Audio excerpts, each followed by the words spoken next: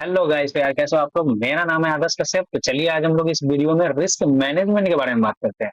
तो गाइस, आप याद करो जब आप पहली बार मार्केट में आए थे तो आप क्या सोच करके आए थे। यार मार्केट में जाएंगे, अच्छा खासा प्रॉफिट बनाएंगे, जितना मेरा सपना होगा, एकदम बड़ा सा घर होगा, बड़ा सा गाड़ी होगा, ये सब खरीदेंगे, पापा मम्मी खुश हो जाएंगे, एकदम मजे ही मजे होंगे। फिर जब आप स्टार्ट किए, फिर आपको पता चला कि यार मार्केट में तो प्रॉफिट होता ही है, बट साथ में स्टॉप लॉस भी होता है। अब देखिए, जो ट्रेडिंग को एक बिजनेस मानते हैं ना, वो क्या काम करते हैं ना, वो इस स्टॉप लॉस को एक्सेप्ट करते हैं। ठीक है, ये जो आपका स्टॉप लॉस है उसको एक्सेप्ट करके काम करते हैं। बट गैमलर जो होते हैं वो क्या काम करते हैं, इसको एक्सेप्ट नहीं करते हैं। अब चलिए गैमलर का माइंडसेट समझाते हैं। जो गैमलर होगा ना, उसके अकाउंट में 10,000 रुपीज डाल दो, जो एक ट्रेडर है उसके अकाउंट में 10,000 रुपीज डाल दो। अब जो गैमलर होगा ना, वो क्या काम करेगा पता है, ये 10,000 का 10,000 जो है ना, वो उसको रिस्क पे डालेगा और इससे कोशिश करेगा कि मेरा 20,000 बन जाए। बट क्या ऐसा पॉसिबल है? नहीं पॉसिबल है। वहीं अगर बात करें एक ट्रेडर के बारे में, जो एक रियल ट्रेडर है उसके बारे में अगर बात करें, तो वो क्या काम करेगा, इस 10,000 में से ना वो सिर्फ और सिर्फ 1,000 रुपए का रिस्क लेगा और उससे कोशिश करेगा ना कि उसका 2 से 3,000 4,000 बन जाए, उसी में वो खुश रहेगा। बट गैम्बलर कैसे करेगा? बिल्कुल नहीं करेगा। वो 100% प्रॉफिट बनाने के चक्कर में उसका पूरा का पूरा लॉस हो जाता है। बट एक जो रियल ट्रेडर है वो क्या काम कर रहा है, स्मॉल रिस्क ले रहा है, लेकिन उसके साथ डिसेंट अमाउंट ऑफ प्रॉफिट वो बुक कर रहा है। 1,000 का रिस्क ले रहा है, 2 से 3,000 4,000 का वो प्रॉफिट बुक कर रहा है। तो चलिए अब हम लोग बात करते हैं रिस्क मैनेजमेंट के बारे में। ये कोई ट्रेडर है वो कैसे रिस्क मैनेज करता है अपना। अब देखिए, कोई भी बंदा जब ट्रेड लेगा ना, तो या तो उसका बड़ा लॉस होगा, ठीक है, या फिर बड़ा प्रॉफिट होगा, या फिर छोटा सा लॉस होगा, या फिर छोटा सा प्रॉफिट होगा। अब देखिए, कोई भी बंदा जब बड़ा लॉस और छोटा प्रॉफिट पे जब काम करता है ना, तो वो प्रॉफिटेबल कभी नहीं बन सकता है। क्यों नहीं बन सकता है? तो देखिए, उसके अकाउंट में मान लीजिए 10,000 रुपया था, 10,000 से वो 2,000 का लॉस ले रहा है, बट जब वो प्रॉफिट होता है ना, तो वो 1,000 रुपया ही बुक करता है। तो क्या ऐसे में कोई ट्रेडर प्रॉफिटेबल बन पाएगा? कभी नहीं बन पाएगा। तो इसका क्या मतलब है कि ये एक्सेप्टेबल नहीं है, ये जो क्वाड्रेंट है ये एक्सेप्टेबल नहीं है। अब देखिए, कोई बंदा है जो बड़ा प्रॉफिट और छोटा स्टॉप लॉस पे काम करता है, मतलब कि जब उसको प्रॉफिट लेना होता है तो वो क्या काम करता है, 4,000 का प्रॉफिट लेगा, 5,000 का प्रॉफिट लेगा, 3,000 का प्रॉफिट लेगा। और वहीं जब उसको स्टॉप लॉस लेने का सवाल आता है तो वो 1,000 का स्टॉप लॉस लेगा, 2,000 का स्टॉप लॉस लेगा, है ना, इससे ज्यादा का स्टॉप लॉस नहीं लेगा अगर उसका कैपिटल कम है तो। वहीं अगर बात करें कि क्या ये क्वाड्रेंट पॉसिबल है, तो बिल्कुल पॉसिबल है। तो वो बंदा प्रॉफिटेबल बिल्कुल बनेगा। तो चलिए अब हम लोग बात करते हैं बिग लॉस या फिर स्मॉल लॉस। यार जो बंदा या तो बड़ा लॉस ले रहा है या फिर छोटा लॉस ले रहा है, तो एट द एंड उसका कैपिटल तो वाइप आउट ही हो रहा है ना, चाहे वो बड़ा लॉस ले चाहे छोटा लॉस ले। बड़ा लॉस छोटा लॉस दोनों मिला करके उस बंदे को लॉस में धकेल देगा। अब देखिए, अब हम लोग बात करते हैं ना, बड़ा सा प्रॉफिट या फिर छोटा सा प्रॉफिट। तो देखो गाइस, ऐसा पॉसिबल ही नहीं है ना कि कोई बंदा सिर्फ प्रॉफिट ही कर रहा है, या तो वो बड़ा प्रॉफिट कर रहा है या तो छोटा प्रॉफिट कर रहा है। ऐसा पॉसिबल नहीं है। कभी ना कभी उसके लाइफ में ना स्मॉल एसएल हो या फिर बिग एसएल हो, ऐसा जरूर आएगा। कोई ऐसा बंदा ही नहीं होगा जो मुझे बोलेगा कि यार मेरा तो आज तक कभी स्मॉल एसएल या फिर बिग एसएल कुछ भी गया ही नहीं है, मेरा स्टॉप लॉस कभी हिट हुआ ही नहीं है, हमेशा से मैं आज तक प्रॉफिट करते आ रहा हूँ। ठीक है, तो ये पॉसिबल नहीं है। तो इससे क्या समझ में आता है गाइस, ये जो क्वाड्रेंट है इससे हम लोग को ये समझ में आ रहा है कि कोई बंदा अगर इसमें काम करता है तो वो बंदा प्रॉफिटेबल ट्रेडर बन सकता है। अब देखिए, अब हम लोग ना एक चीज मिस कर गए हैं यहाँ पे। देखिए, क्या इस क्वाड्रेंट में काम हो सकता है? आदर्श भाई, अगर कोई मुझसे पूछता है कि क्या इस क्वाड्रेंट में काम हो सकता है, तो हाँ यार, इसमें काम तो हो सकता है, बट वो बंदा ना ब्रेक इवन पे रहेगा। मतलब क्या, 1,000 रुपया का स्टॉप लॉस ले रहा है या फिर 1,000 रुपया में ही वो प्रॉफिट बुक कर ले रहा है अपना। तो इसमें क्या होगा, उसका ना ब्रेक इवन पॉइंट पे रहेगा, ना ही उसका प्रॉफिट होगा ना ही उसका लॉस होगा। No profit no loss scenario. तो चलिए अब हम लोग आगे जाते हैं। आगे देखते हैं कि यार देखो, एग्जाम्पल लेते हैं हम लोग। बहुत सारे बंदा होते हैं ऐसे जो क्या काम करते हैं, 10,000 उनका कैपिटल होता है ना, तो उसमें से 8,000 का लॉस कर लेते हैं। फिर पूछते हैं कि यार आदर्श भाई एक बात बताओ, ये 8,000 तो हमारा लॉस हो गया है, सिर्फ 2,000 ही बचा हुआ है, तो क्या इससे हम 10,000 का प्रॉफिट कर सकते हैं? तो यार देखो, 2,000 आपके पास सिर्फ कैपिटल बचा हुआ है, उससे आप चाहते हो कि 500% का रिटर्न। जी हाँ बिल्कुल, यानी कि अगर 10,000 वो प्रॉफिट बनाना चाह रहे हैं ना, इसका ये मतलब है 5x वो प्रॉफिट बनाना चाह रहा है। तो क्या ये पॉसिबल है? यार देखो, पॉसिबल होने के लिए दुनिया में ऐसा कोई चीज ही नहीं है जो पॉसिबल ना हो। बट हम लोग ना बात करते हैं कि क्या ये कितना परसेंट पॉसिबल है। तो यार 2 से 3% ही पॉसिबल है कि तुम्हारा कैपिटल जो है ना वो रिकवर हो पाएगा और तुम प्रॉफिटेबल बन पाओगे।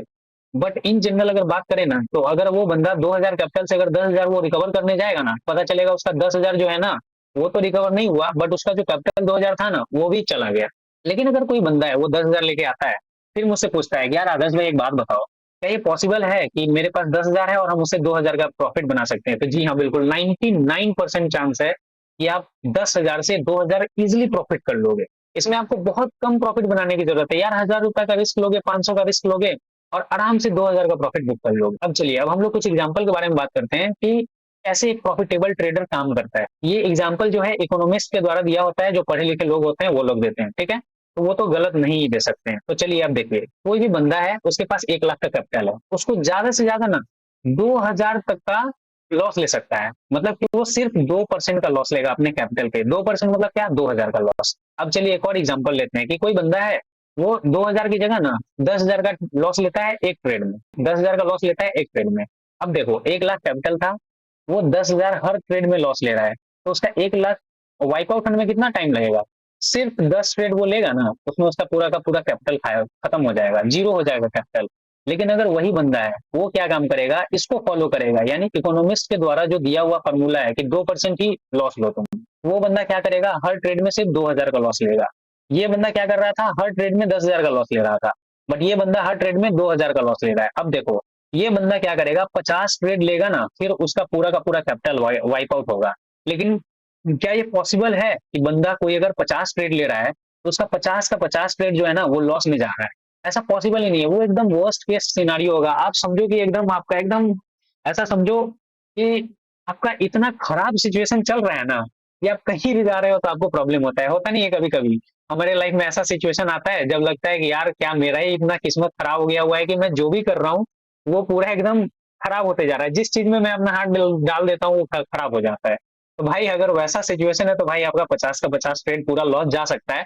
बट अगर रिस्क को मैनेज करते हुए, यानी कि प्रॉपर आप स्टॉप लॉस देखोगे, टारगेट देखोगे और उसको एकदम काम करोगे उसके ऊपर ना, तो ऐसा पॉसिबल ही नहीं है कि आपका 50 का 50 ट्रेड पूरा लॉस में चला जाए, ठीक है।